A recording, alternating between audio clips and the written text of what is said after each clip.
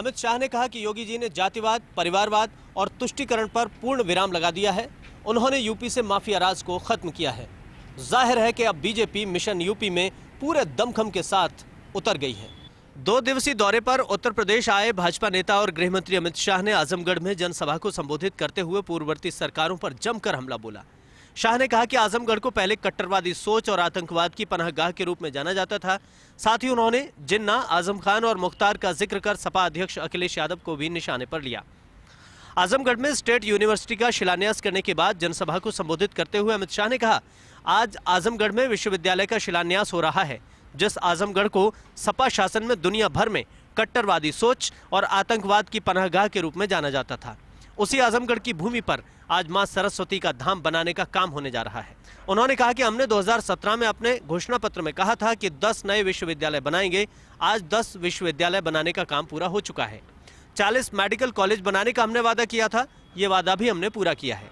अमित शाह ने उत्तर प्रदेश के मुख्यमंत्री योगी आदित्यनाथ की तारीफ करते हुए कहा कि उन्होंने कई परिवर्तन किए हैं।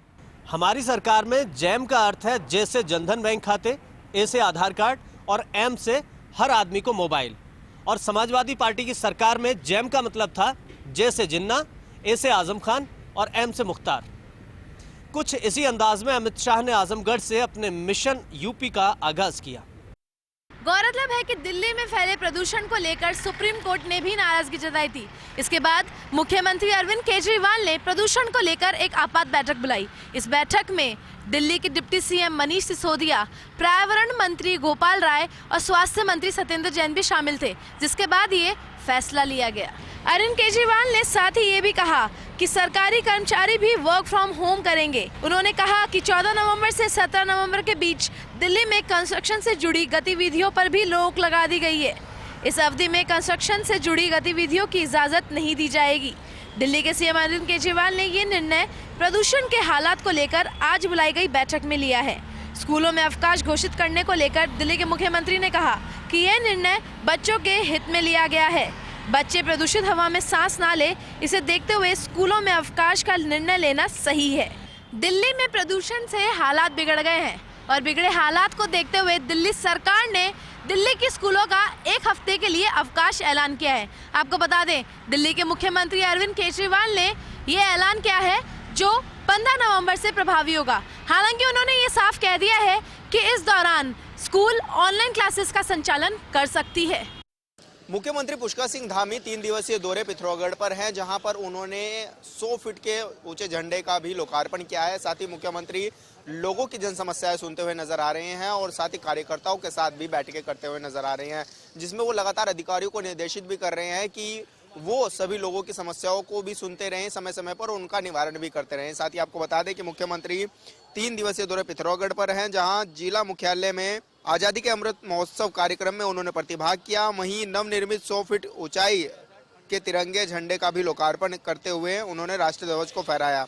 इस दौरान सीएम ने राष्ट्रीय गाना भी गाया और परेड की सलामी भी ली। इस दौरान मुख्यमंत्री ने कहा कि ये देश और वीरों की भूमि है।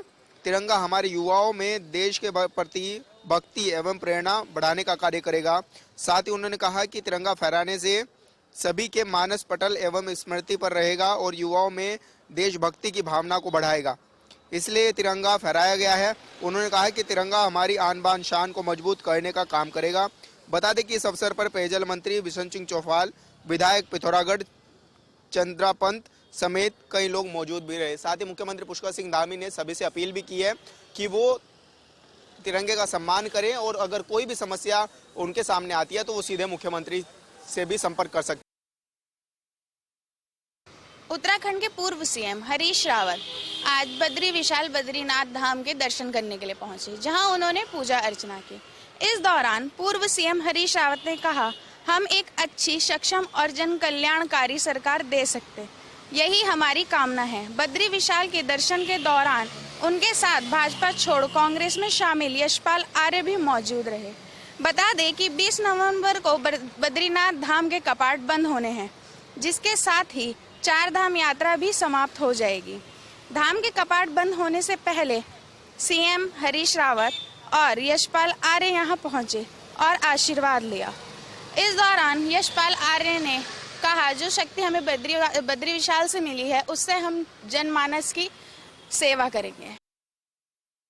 केंद्रीय मंत्री गजेंद्र सिंह शेखावत बीकानेर पहुंचे।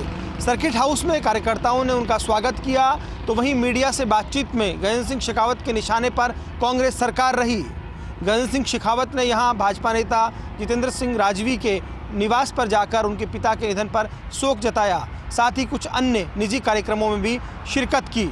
तो वहीं इधर जिला कलेक्टर नमित मेहता भी खासे सक्रिय नजर आए। आज सुबह हेरिटेज रूट को लेकर उन्होंने मॉर्निंग वॉक के साथ अधिकारियों के साथ जायजा लिया। उनका कहना था कि हेरिटेज रूट का लुक हेरिटेज के तौर पर बरकरार रहे, ये बेहद ज़रूरी है और इसके लिए ये आवश्यक है कि निगम यूआईटी अपनी जिम्मेदारी समझें और जो सफाई व्यवस्था है उस पर खास तौर पर फोकस किया जाए। कलेक्टर नमित मेहता ने कहा कि 15 दिन के बाद फिर इस पर फीडबैक लिया जाएगा। गौरतलब है कि बीकानेर के शहर का भीतरी हिस्सा पर्यटकों के लिए खासा लोकप्रिय रहा है। लोग वहाँ पर पर्यटन के लिए आते रहे हैं, खासतौर पर रामपुर या हवेलियाँ सहित ऐसी कई जगह हैं जहाँ पर पर्यटक जाना पसंद करते हैं। ऐसे में हेरिटेज लुक बरकरार रहे, ये कलेक्टर की कोशिश है।